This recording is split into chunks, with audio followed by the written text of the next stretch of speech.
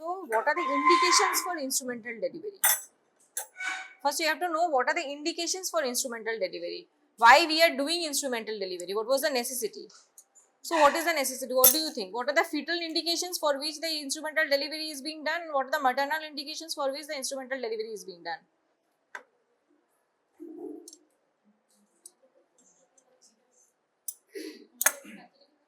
That means what? In case of maternal exhaustion. When this maternal exhaustion will occur? In case of prolonged second stage of labor. When there is a prolonged second stage of labor and the mother is exhausted and she cannot give more effort, there is no bearing down effort from the maternal side, then we need to do instrumental delivery, right? So, one of the maternal indications is maternal exhaustion in case of prolonged second stage of labor. Now, suppose the second stage of labor is not prolonged, but we need to cut short the second stage of labor. What are the indications where we need to cut short the second stage of labor? In case of heart disease in pregnancy, we cannot let the mother exhausted. So, that is why what do? We cut short the second stage of labor. In case of any other collagen tissue disorders, in case of SLE, in case of any other such diseases, in case of preeclampsia, in case of eclampsia, where the maternal bearing down effort is not that much and we cannot let the mother to get exhausted. So, in that case, what do?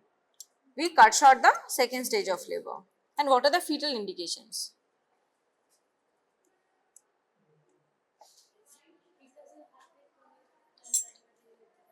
So, what is that called? It is known as fetal distress.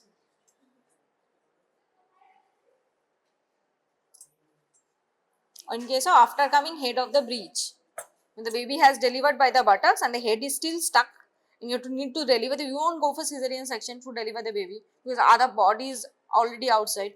So, for that matter, we need to do forceps delivery or instrumental delivery, that is after coming head of the breech. So, in case of fetal distress, in case of after coming head of the breech, in case where the head is very much low down into the pelvis and the perineum, the head is visible, but then the fetus has past meconium, in that case also we need to expedite the delivery. Then also we need to do instrumental deliveries. In case of cord prolapse, sometimes when the head is low down and the cord has been prolapsed and now you need to do instrumental delivery because the heart rate will fall, we cannot let the labor progress like that, then also we cut short the second stage of labor and we deliver the head of the baby to expedite. So, first indication for operative or instrumental delivery is what? To expedite the delivery. That can be due to what? Due to maternal conditions, due to fetal conditions. What are the maternal conditions? Maternal exhaustion in case of heart disease in pregnancy, in case of eclampsia, in case of preeclampsia.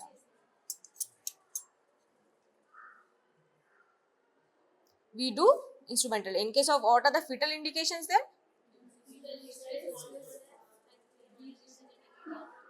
Yes. So, now what are the instruments we have for instrumental delivery? One is the ventus, one is this forceps, right? So, what are the prerequisites for forceps delivery or instrumental delivery? What are the criteria it should fulfill before you apply the forceps? Whatever the things you need to first of all know that okay fine, these are the things there that is there. Now we can easily apply this forceps. What are those things?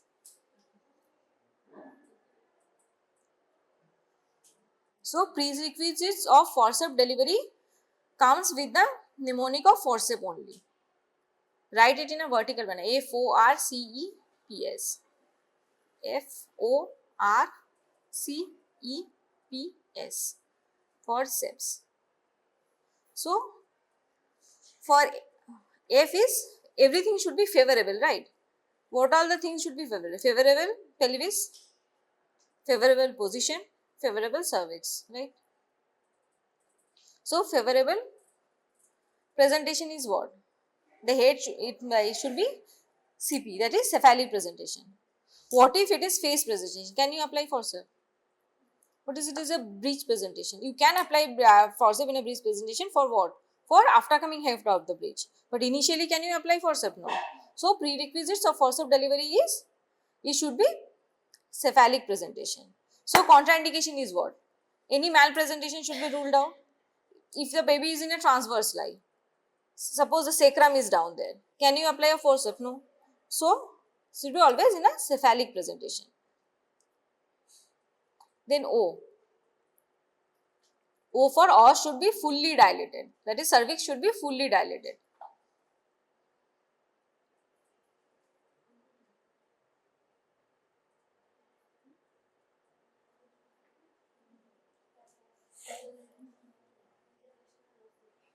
Internal os, not external os. R is rotation should be completed. How do you know the rotation is completed? That this anterior posterior, that is the sagittal diameter, should be in the anterior posterior plane. We should occupy the anterior posterior diameter of the pelvis. The sagittal suture will be like this. So the rotation should be complete. Had it been the rotation is incomplete, suppose the head is like this, can you apply a forceps? No. In that case, we have to choose ventus, right? So rotation should be complete. C. C will be any cephalopelvic disproportion should be ruled out. So C is for any cephalopelvic disproportion should be ruled out. What do we mean by cephalopelvic disproportion? Suppose the baby's head is so big, the weight of the baby is suppose 4.8 kilo. Then can it come down? No. Even if you apply the forceps, the biparietal diameter and the interposterior diameter is so big than the pelvis that it cannot come down by the vaginal route, right? Then you have not ruled out this cephalopelvic disproportion in case of a primary gravida, suppose, and you have started applying a forceps. Even if you pull it like this, will the head come out? No. It will be obstructed labor. Even if you try an instrumental delivery, it will be a failure. There will be multiple lacerations and trauma to the patient, but the head won't be delivered, the baby won't be delivered like that. So, first of all, you have to rule out whether the vaginal delivery for this patient is feasible or not, whether the forceps delivery can be done or not. That is how you have to rule out whether there is any cephalopelvic disproportion or not, whether this head is capable of getting delivered through this route. This route is adequate, the pelvis is adequate for this head to be delivered. We have to rule out that first. We have to rule out cephalopelvic disproportion first. Left is E. What is E? Adequate episiotomy should be given.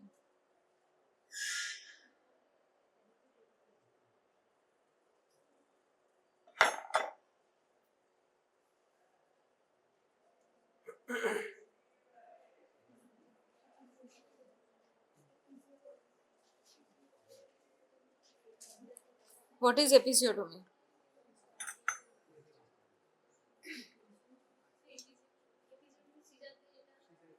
কোথা দিয়ে কাটি, কোথায় কাটি? হ্যাঁ, vaginal বলে কোথায় কাটি? হ্যাঁ, একটা হয় মিডিয়াল, একটা হয় মিডিও ল্যাটেরাল, রাইট? হ্যাঁ, আমরা মিডিও ল্যাটেরাল বলে এপিসোডমিটা কেন দিচ্ছি ফরসেপ অ্যাপ্লিকেশনের টাইমে? So that it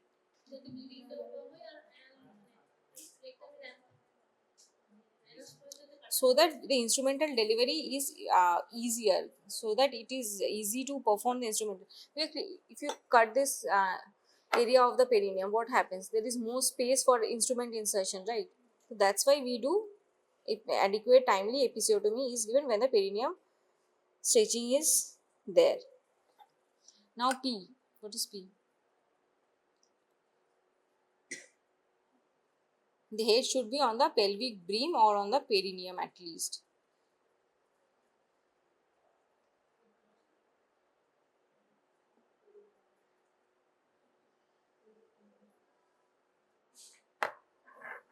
So these were the forceps prerequisites of forceps application, right? All these prerequisites should be satisfied before we apply the forceps.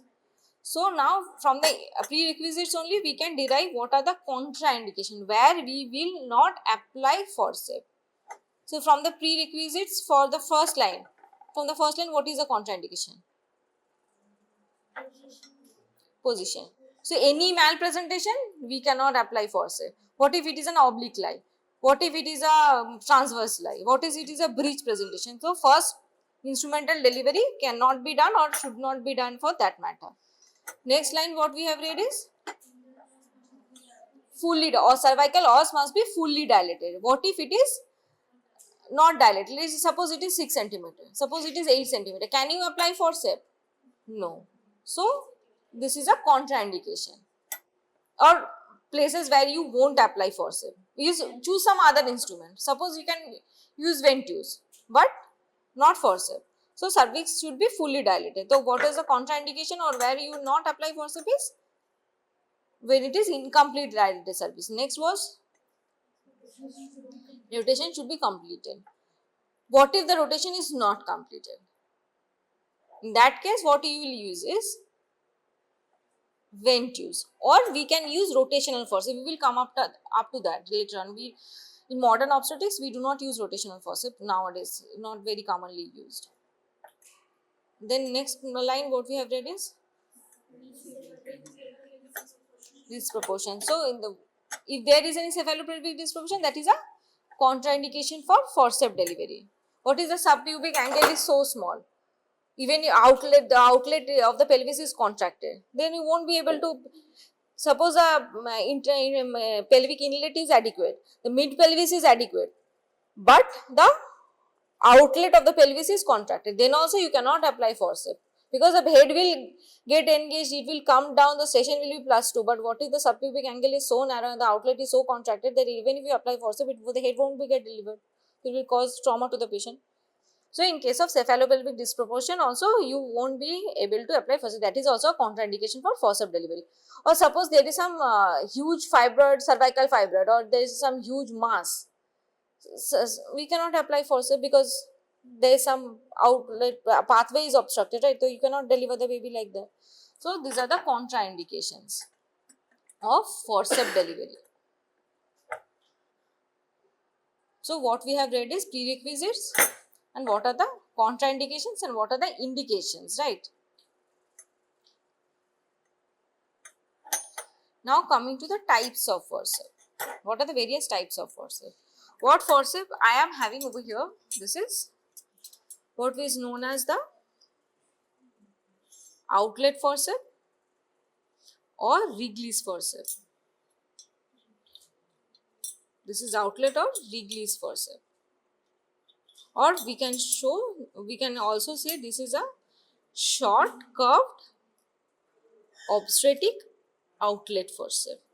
What is this? This is short curved obstetric outlet forceps. Similarly, what is this?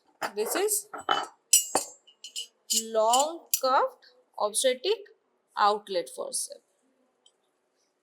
So now coming to what are the parts of this forceps. So what are the parts of this forceps?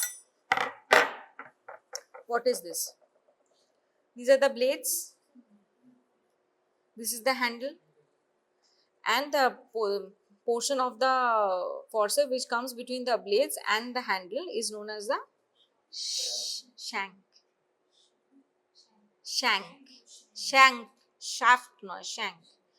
This portion of the shank basically decides whether this is a short forceps or this is a long forceps.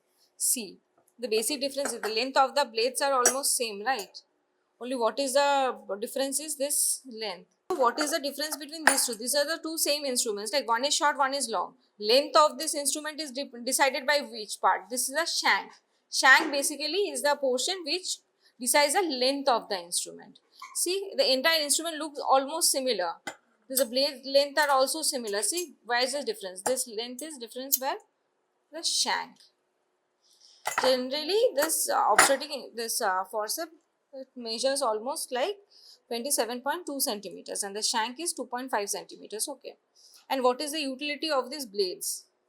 Why these are made like this, fenestrated? Fenestrated we could have made this a solid structure, right?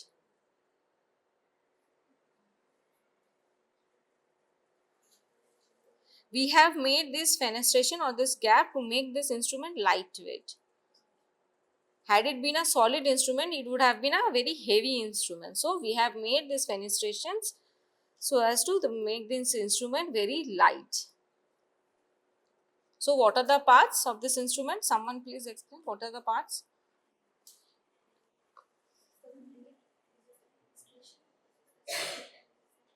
Handle.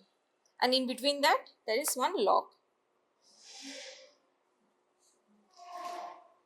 What type of a lock is this? This is English lock. English lock. So once the examiner hand it over to you that tell me the parts of this instrument, you will tell us that this is the blade, this is a shank, this is the handle, and this having an English lock. Okay. The length of the instrument depends upon the length of the shank. Shank, what happens? The shank lets you hold the instrument in a proper way so that it keeps away, the handle is kept away from the perineum as well as the lock is kept away from the perineum. That is why the shank is there. This blade could have been attached directly to the handle, right? You couldn't have able to this lock the blade, would have injured the perineum. That is why this shank portion is given. Now this blade has also two parts. One is the cephalic curve, one is the pelvic curve. The pelvic curve is convex and the cephalic curve is concave. And these edges are also rounded, see, so that you do not injure the perineum. Another utility is that this fenestration basically makes the instrument lighter as well as it prevents this vaginal wall injury. Once you are inserting the instrument inside the vagina, it will automatically prevent the injury to the vaginal wall. So that is why this fenestration has been given. So now how will you articulate these blades? If I give you these two blades, in the exam you will be given two blades and you will be asked to articulate the instrument. How will you know which blade to apply and how to articulate this instrument? Whenever the instrument is kept like that, it is a popular saying that once the instrument is kept like that, what you have to do is, we have to keep the instrument in such a way that this tip is always up. See, I have kept the instrument in such a way that tip is always up, right? If I am keeping this instrument in such a way that tip is always up, to make sure that the tip is always pointing towards the up. So now how will you articulate? See, it's very easy to articulate like this. But if you try to articulate these two instruments like this, suppose I have kept the instrument like this. Now try and articulate these two. Right? Hold on. Coming to the reason, cano holo na. Because the simple hack is again there. We always say the tip of the instrument should be facing upwards. Are this facing upwards? No. But if I turn it like this, okay, now see, it is facing upwards. This blade also, this is facing upwards, right? Now try to articulate this instrument. See, it is getting articulated very easily. So this is that we say that the pelvic curve should be facing upwards, or we say the tip of the instrument should be facing upwards. Now we have to know which blade. This is the left blade. Why this is left blade? Because it faces the left side of the pelvis. Whatever blades we say, it is depending upon the maternal pelvis. Okay. So suppose this is the maternal pelvis, right? Now this is the left blade and this is the right blade. That is why this is the maternal left side, the left blade blows, and left and right is depending upon the maternal pelvis.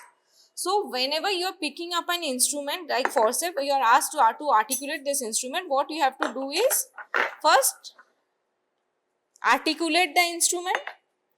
How will you articulate the instrument? See whether this pelvic curve is facing upwards or the tip of the instrument. Just tip of the instrument is facing upwards. Now you articulate the instrument first.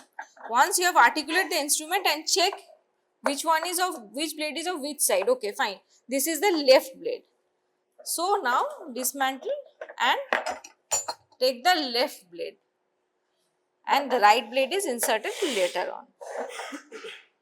Now how will you know that whether this forceps is being correctly applied or not? How will you know that this forceps is being correctly applied?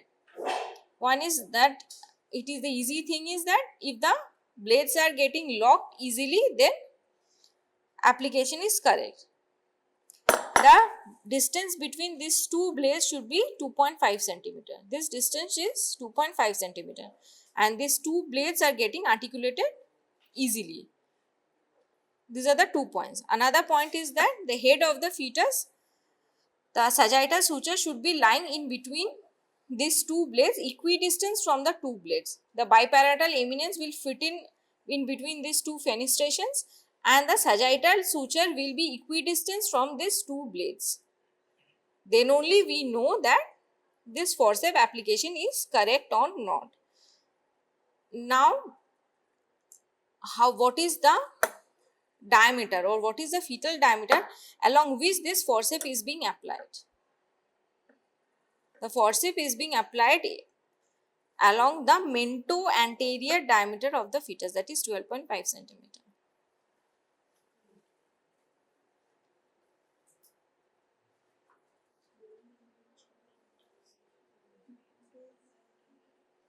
Mento-anterior, from the mentor to the most prominent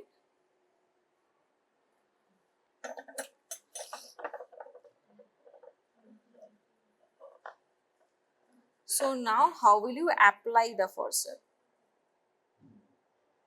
How to hold the blades first? See, the left blade is taken first, right? The left blade is held with the left hand. How will you hold the blade? In a pen holding fashion. See, it is a pen holding fashion. And your left hand should be parallel to the inguinal ligament. Now you will put 4 fingers along the pelvic curve, right? And this thumb should be placed like this. This thumb should be the guiding finger. Now, how will you apply the forceps? First of all, you will put your 4 fingers inside the pelvis like this, right? Along the left lateral vaginal wall. And now holding the forceps in the left hand, like the left blade of the forceps in the left hand parallel to the right inguinal ligament, we slowly insert the forceps. See what I am doing with my thumb, I am guiding the forceps. The forceps blade is going in between all the 4 fingers and the fetal head. So in a way, how I am preventing? I am preventing any vaginal injury as well as injury to the scalp, as a result of which I have inserted the forceps like this. And this blade will be held in position by your assistant, or it will be like this only. Then in the similar fashion, you will insert the right blade as well. And then you will give a pull, right? So what will be the direction of pull?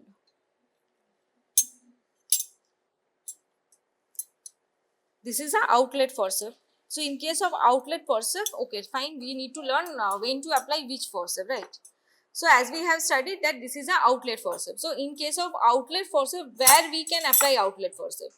What are the criteria that should be fulfilled before applying an outlet forceps? The head should be on the pelvis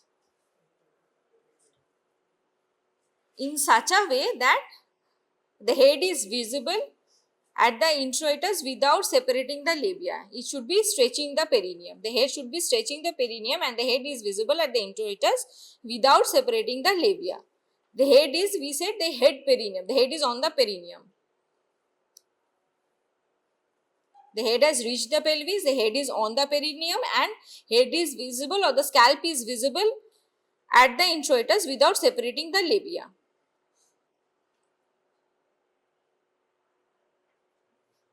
And rotation should be complete.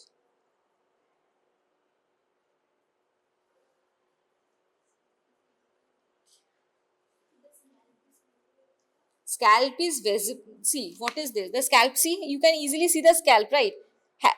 Do you need to separate the labia to see the scalp? No, no. So this is the ideal time when we can apply the outlet forceps. See, the scalp is visible at the introitus without separating the labia.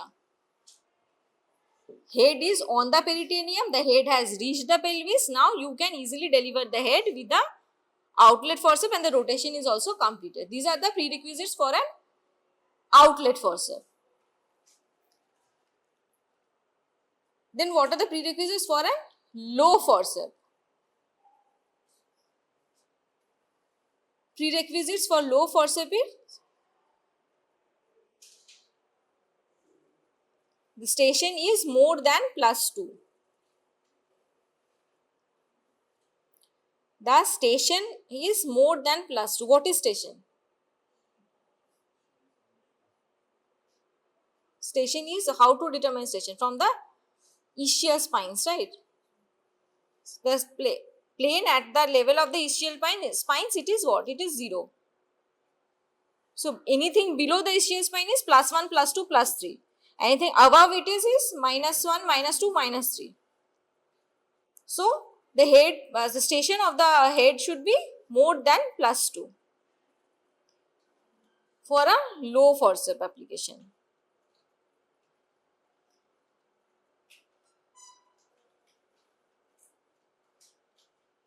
In modern obstetrics, we only use what? We use only outlet or low forceps. We hardly use any mid pelvis or high forceps. We do not use mid pelvic or high forceps. Now this low forceps can be rotational or non-rotational. If it is less than 45 degrees, it is non-rotational. If it is more than 45 degrees, then it is rotational. Now coming to the direction of pull. Now you know how to apply the forceps, right?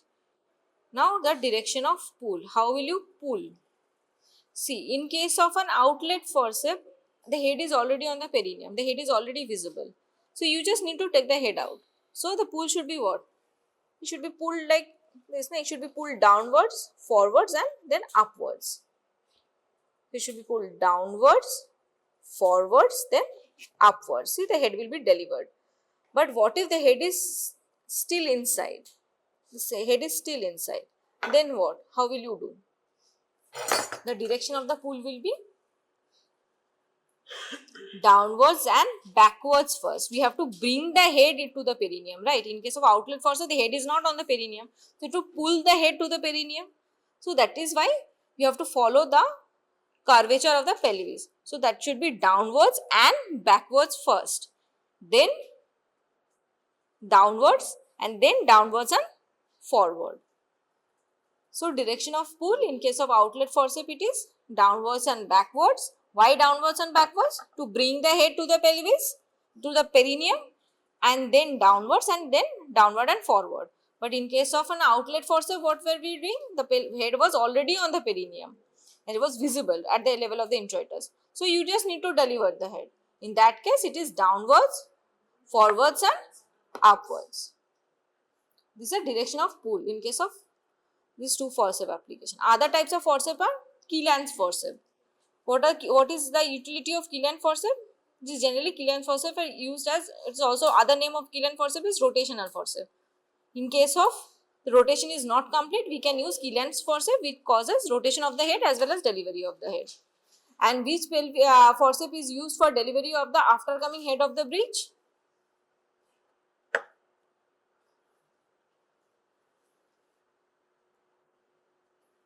So specially designed forceps for aftercoming head of the breech, that is Piper's forceps. Why Piper's forceps is specially designed? Because Piper's forceps has a long pelvic curve. So as to it can go high up into the pelvis and bring the head of the fetus down. So that is why it is having a long pelvic curve. That is Piper's forceps is used specially for delivering the aftercoming head of the breech. So what do you think? In case of a forceps delivery, injury to the mother will be more or injury to the fetus will be more? This pelvic curve or the cephalic curve of this forceps is being designed in such a way that it protects the bony cage of, this acts as a protective cage for this bony skull of the fetus. So that it does not injure the fetus much. What it causes is maternal injury more. Because it's such a huge, it's a heavy instrument, right? Once you pull this, what will happen? If you are not giving episiotomy properly, or there is not, suppose there is no proper perineal gut, what can happen? Second degree perineal tear or obstetric anal sphincter injury can be there. There can be lacerations to the maternal pelvis, to the laceration to the cervix, to the lateral vaginal wall. There can be bleeding, there can be hematoma formation. And sometimes what happens, there is lumbosacral nerve injury as well. We have to ask the mother to spread her legs properly so that we can apply the forceps. So for a prolonged period of time, there can be femoral nerve injury, there can be lumbosacral nerve injury as well on the maternal side. And for the fetus, the complications are very rare. There can be what? Sometimes that can cause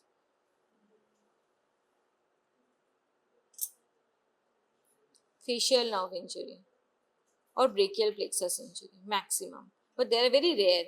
So the one thing we have to know is that in case of forceps delivery, maternal injury is more compared to the fetus, because forceps acts as a protective cage for the bony skull of the fetus. And we have to apply the traction in such a way which coincides with that of the maternal contraction. With the maternal bearing down effort is there, then only we give the pull. At the same point of time, we give a pull so that the head of the baby is delivered using the forceps.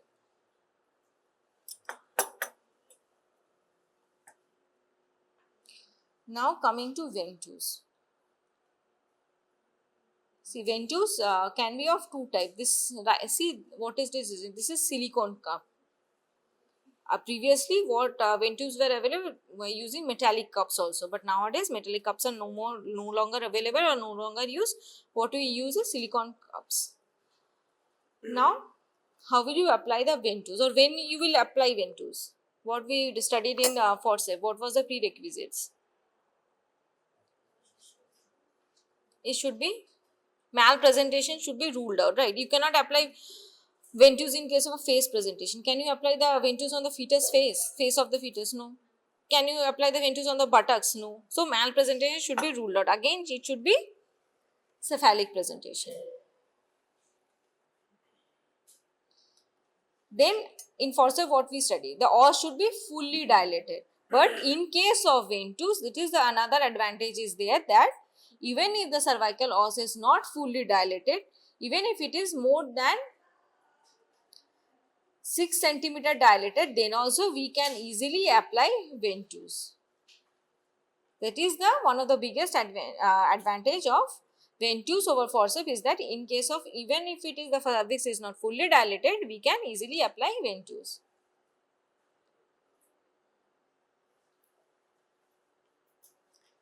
Rest all remains the same. Another, what are the contraindications of ventouse delivery is much more important. What are the contraindications of ventouse delivery?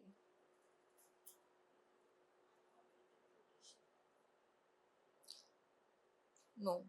Ventouse, advantage of ventouse delivery over forceps is another part, that even if the head is not fully rotated, once we are building this suction pressure and giving the traction, automatically it causes rotation of the head. So we can easily apply ventouse even if the head is not rotated. So what are the advantages of ventouse over forceps? Advantages of ventouse over forceps: less fetal injury, less maternal injury. Then in case of our not fully dilated cervix, if the cervix is more than 6 centimeter dilated, we can easily apply the ventouse. Another advantage we studied is uncompleted rotation. Incomplete rotation also we can easily apply the ventouse, and while giving the traction, it causes auto rotation of the fetal head. What are the contraindications? In case of preterm, when the baby is preterm but the patient has gone into labor, we cannot use ventouse. But forceps we can still use. But ventouse is strictly contraindicated. Less than 32 weeks, we never use ventouse. But less than 36 weeks, 32 to 36 weeks can be considered. Ventouse use can be considered. But grossly preterm, we never use ventouse. Even if we have to use beyond 34 or beyond 32 weeks, we can still use. Less than 32 weeks, never. If the baby is having some known coagulopathies, if we keep up pressure, then what will happen? The bleeding can occur. If the patient is having any known inherited bony disorders such as osteogenesis imperfecta. In that case also we cannot use Ventouse.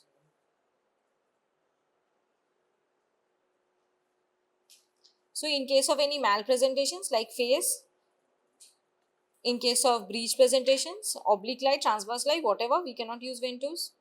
If there is a preterm birth, we cannot use Ventouse. If the baby is having any known coagulopathy or coagulation disorders, we cannot use Ventouse. And in case of osteogenesis imperfecta, also we cannot use Ventouse. So what are the advantages of Ventouse over forceps?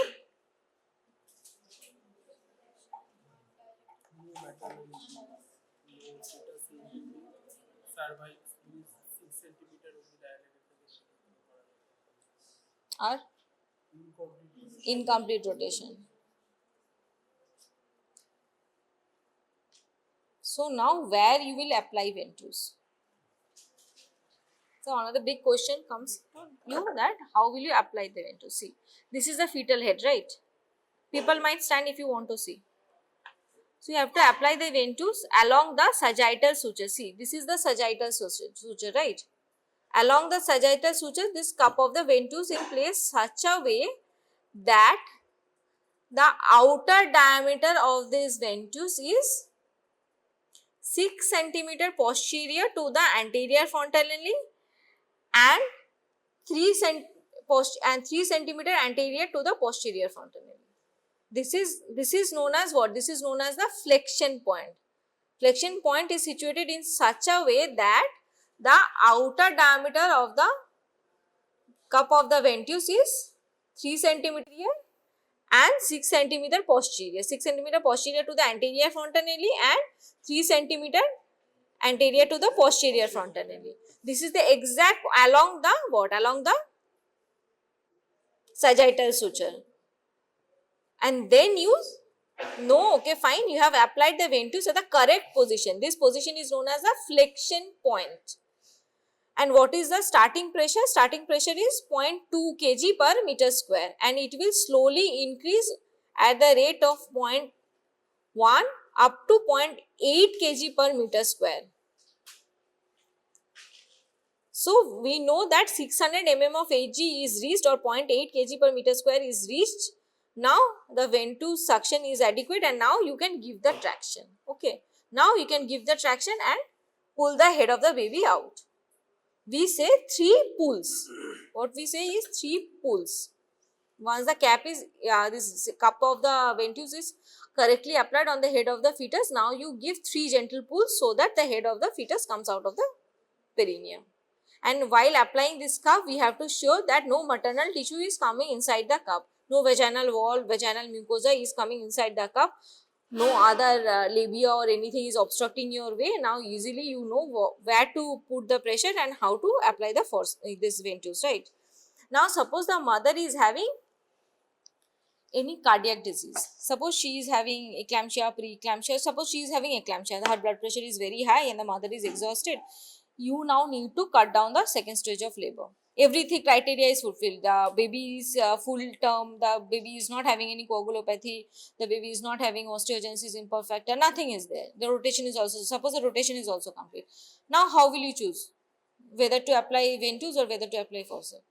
Then you have to weigh your decision. Why? Because in case of Ventouse, what happens? To build, you have to build the pressure, right? From 0.2 to you have to go up to 0.8. It takes some amount of time to build that pressure so as to you can give the traction. What if the heart rate of the fetus is so low that you cannot wait? We cannot give so much of time. Then you choose what? We choose forceps. But suppose we can give time. There is no such, we are not in such a condition of the baby is healthy. But the mother is very much exhausted. She cannot give any effort. In case of forceps, what we learned is pull is coinciding with the maternal contractions or maternal efforts. So in case of forceps, there is some amount of maternal efforts are still required, are still needed. But in case of Ventouse, maternal effort is not required. So you have to weigh your decision accordingly, according to the clinical scenario you are in. And in case of Ventouse, what happens? See, whatever things or the structures it is attaching to the fetus only. So whatever injury, most of the injury it can cause to the fetus. So ventus causes more injury to the fetus, and forceps causes more injury to the mother. So what are the injury it can cause to the fetuses? See, anything, whatever it will cause to the head, so the scalp, it can cause what? Cephal hematoma, subglial hematoma, or in case of inappropriate application, suppose you don't know the position, you have applied the forceps and you have applied it to like this, it can cause what? Retinal injury, fetal nerve injury, fifth nerve injury. You have applied like this, it will injure the fetus. So basic, you have to know what are the injuries the ventus causes. Ventus causes what? It can cause a caput, cephal hematoma. It can cause a subglial hematoma. It can cause retinal hemorrhage. It can cause fifth nerve palsy as well in the fetus.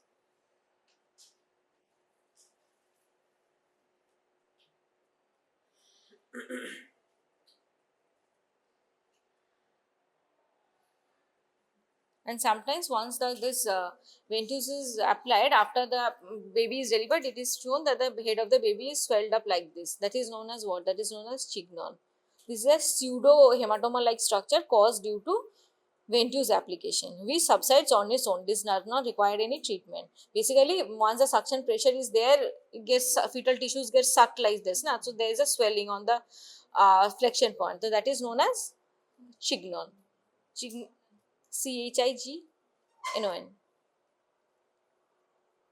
which subsides on its own, which does not require any treatment. That is basically, we say pseudo caput formation, or pseudo caput succedaneum.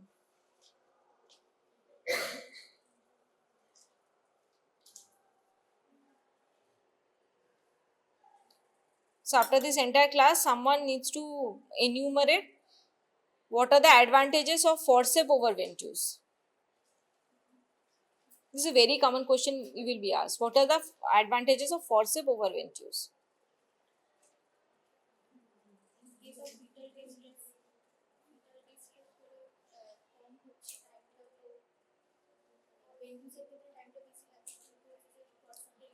Why time to beshi lage? Because we have to develop the suction pressure, but in case of a forceps we can immediately deliver, because it depends upon us how we pull it, right?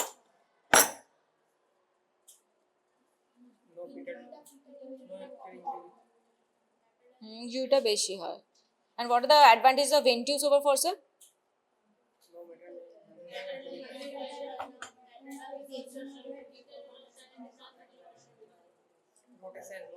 Rotation, auto rotation correction हो जाए.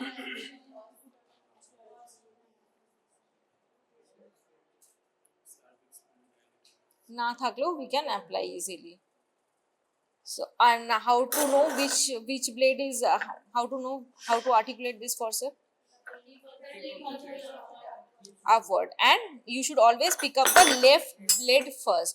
And how to determine which blade is a left blade? Left blade is always correspond to the left side of the mother. Left and right is always according to the maternal pelvis. Maternal left side is the left blade, and which blade you will pick up first? The left blade. How will you hold the blade? In a pen holding fashion. Using left blade is held using the left hand, and it should be placed in a way that it should be parallel to the right inguinal ligament. This angle of the hand should be parallel to the right inguinal ligament, and your this forefinger should be along the pelvic curve, and the thumb should be placed on this shank, so that you slowly can guide it along the lateral left vaginal wall into the pelvis, and it should actually go like this, so that it is equidistant from both the blades are equidistant from the sagittal sutures. How do you know that you have correctly applied the forceps? The lock will be easily applied. There will be no loose. You have to put in no efforts to lock the blades. The blade will be easily locked. Then the sagittal suture will be equidistant from both the blades, and the tip of both the blades, the distance will be 2.5 centimeter. And the biparital eminence should occupy these two fenestrations. Now you know you have applied the correct blade. Now where to apply, to which forceps, right? Outlet forceps and low forceps. Where will you apply outlet forceps?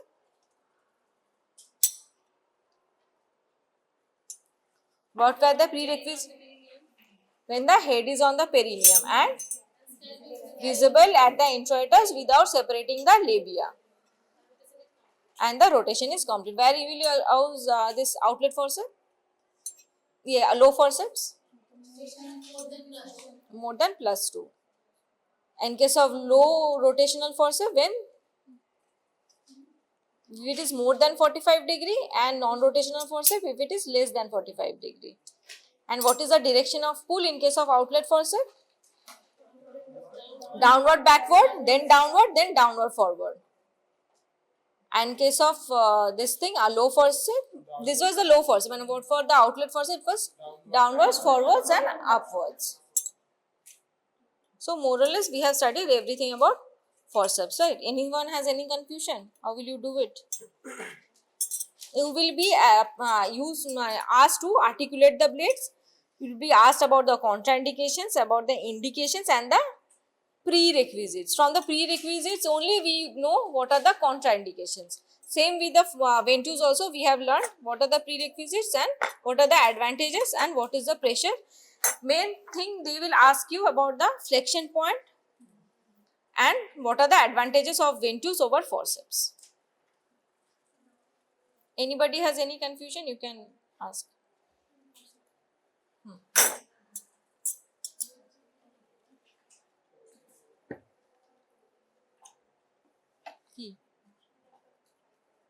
হ্যাঁ কর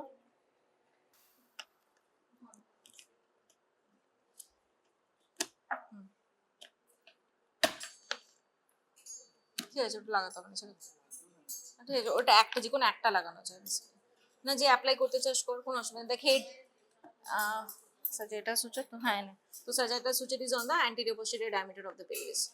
The head is এটার জন্য আমরা কি দেব? What is this position first, tell me? The anterior posterior sagittal diameter is occupied in the anterior posterior diameter. That means what? The rotation is complete. The head is visible at the introitus without separating the labia. That means what? What criteria? What prerequisites is satisfying? Outlet forceps. Now someone come up and hold the forceps. একজন আয় articulate কর first. Blade তোকে এরকম ভাবে দেওয়া থাকবে মানে articulate কর দুটো blade. How will you articulate the blades? What we learned first, for articulation what we have learned, the tip of the blade should be up. Now you have to articulate, right? কর হচ্ছে ঠিক করছিস। So I have articulated the blade. Now dismantle and hold the left blade. Left blade কি দেখ তো এটা left hand, right? এটা left hand তো, সো হ্যাঁ এক্স্যাক্টলি রাইট। ঢোকা ঢোকা ঢোকা ঢোকা ঢোকা ঢোকা হ্যাঁ very good very good very good very good. Now you have ব্যাস এটাকে ছেড়ে দে। Your assistant will hold the blade like this, yeah? Right blade same way.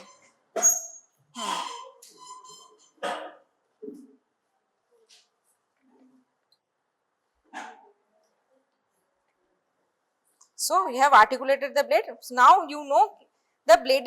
See, the blades are easily locked. That means what? We have applied the forceps in a correct manner. See, the sagittal suture is also equidistant from both the blades. Now you have to hold the blade like this. How will you hold the blade like this? Now কোন দিকে pull করবি? This is first of all this is an outlet forceps. So downward করলি, downward করতে কি হলো? The head came out of the pelvis, then forward, then upwards. লাগেনি, ঠিক আছে? Then upwards মানে এরকম ভাবে বেরিয়ে যাবে। So now and force যদি ventouse apply করতে হতো তাহলে কোথায় apply করতিস? এটা তোর posterior frontal knee and this is your anterior frontal knee. Say along the sagittal suture, এমন একটা পজিশনে so that we know this is 6 cm anterior frontanelli and 3 cm anterior to the posterior frontanelli. Now you pull it like this, it will come out.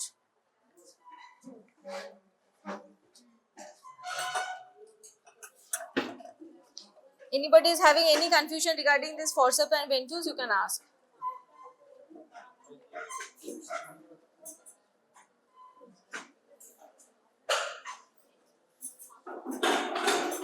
কেউ এটাকে ঢুকিয়ে আরেকবারও চেষ্টা করতে পারে, anybody wants to do it again, you can try it out.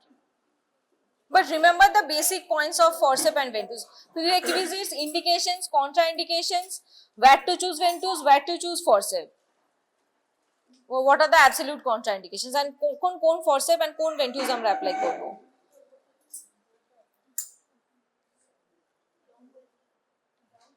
লংটা লাগাবি না?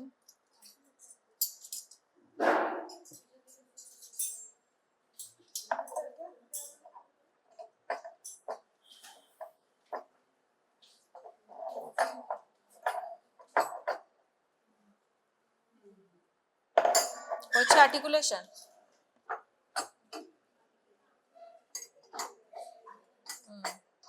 Correct হচ্ছে, কর।